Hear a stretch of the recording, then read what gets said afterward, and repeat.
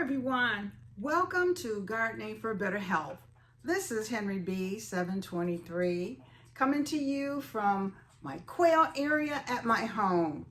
I hope everyone out there is doing fine. We are doing great here. And I wanted to ask you if you would please like, share, and subscribe if you like this video. We're doing an update today on what's happening with my quail that are now a whole 3 weeks old. So like, share, and subscribe. That helps my channel a lot. And I wanted to get right into showing you the progress that these quail have made. I'm going to bring you over. It is absolutely phenomenal how quickly these babies have grown. And I wanted to bring you down so that you could see them.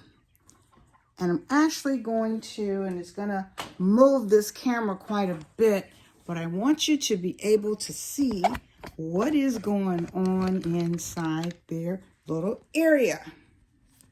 Now, these babies at 3 weeks old have grown significantly. And I'm better able to tell which types of quail I have. The big white ones, those are the jumbo whites. They've got a little bit of a black spot on the back of their head, which is normal. But the big white ones are the jumbo whites. The brown ones, if you can see them in there, and they're moving around. The light brown ones in this video are actually, let's see if I can get you to the back. Well, this one here that's come all the way to the front, he's a jumbo wild. And they're just strutting their stuff in there. Hello, babies. Are you coming to say hello to the people that stopped by to see you today? There's one in the back with a white on her wing at the back. That's a jumbo white wing. And I'm trying to see if any of the Egyptians will come to the front to say hello. Let me see if you can see this one back here. Hello, baby. You gonna come to the front and say hello? Here. Can you say hello to the people? There are two back here by the water. Those are two Egyptians, jumbo Egyptians. And so that's what I have. I have a couple of jumbo whites. I have about 4 Egyptians in there. And then I have some jumbo wilds. I have jumbo white wings as well. So that's what my quail mix wound up being, is those types of quail. And they're pretty big too. I wanted to get the tape measure so that I can show you better, give you a better idea of what size they are. And we're gonna put you back over here so that I can come over and measure these quail. But these are them. Can you see them poking their little heads out? Hello there, you babies.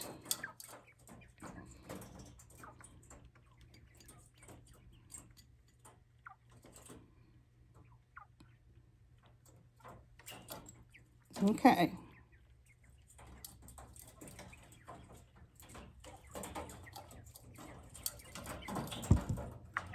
All right, I'm gonna move you over here so you can see a little bit more of them, because they are moving and they're all over the place. It's kind of hard to have the camera be stationary because they're moving around, and I have to kind of follow them with the camera. But these are the babies. Hello, you babies.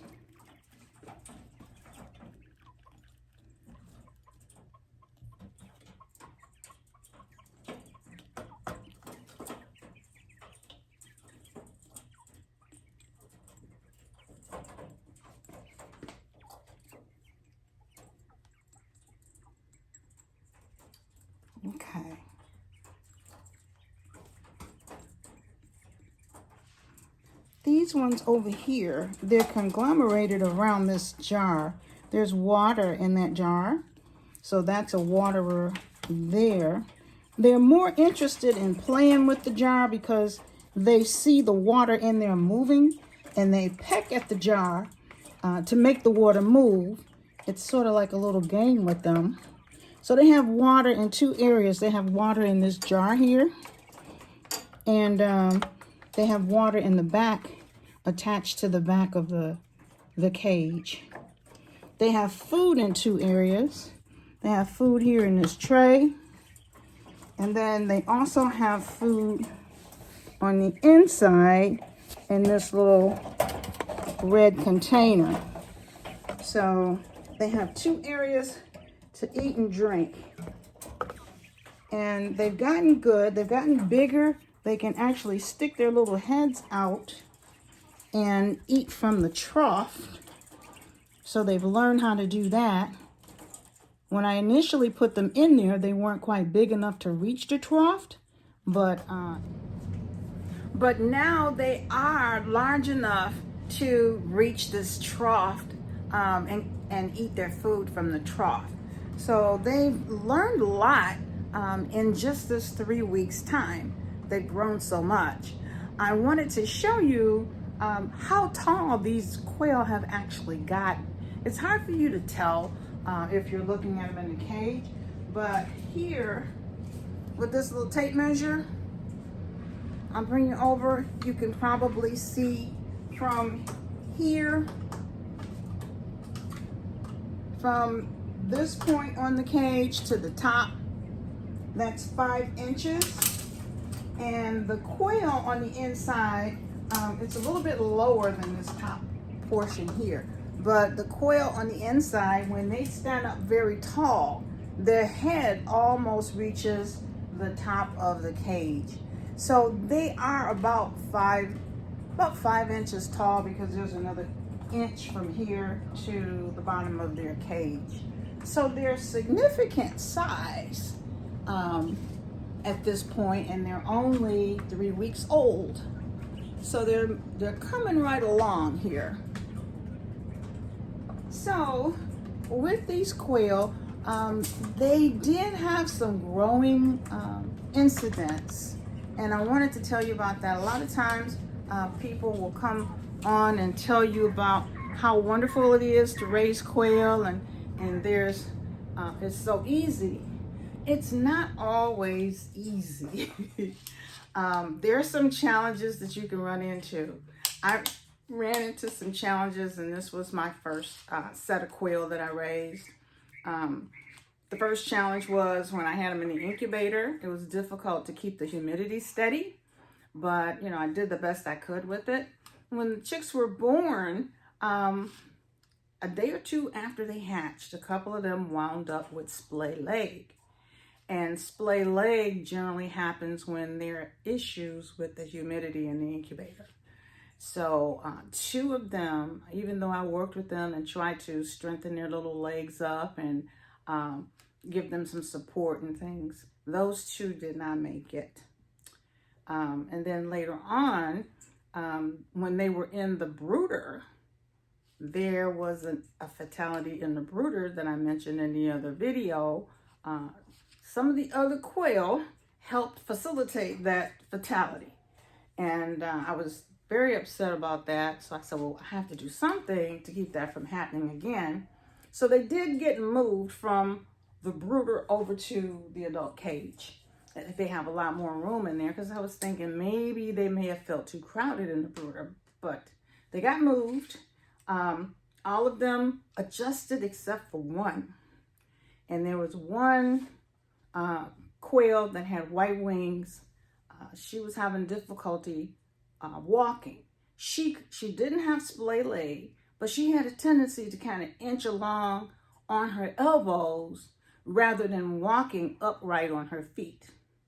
And I thought that's maybe an issue with her not liking the wire bottom of the cage.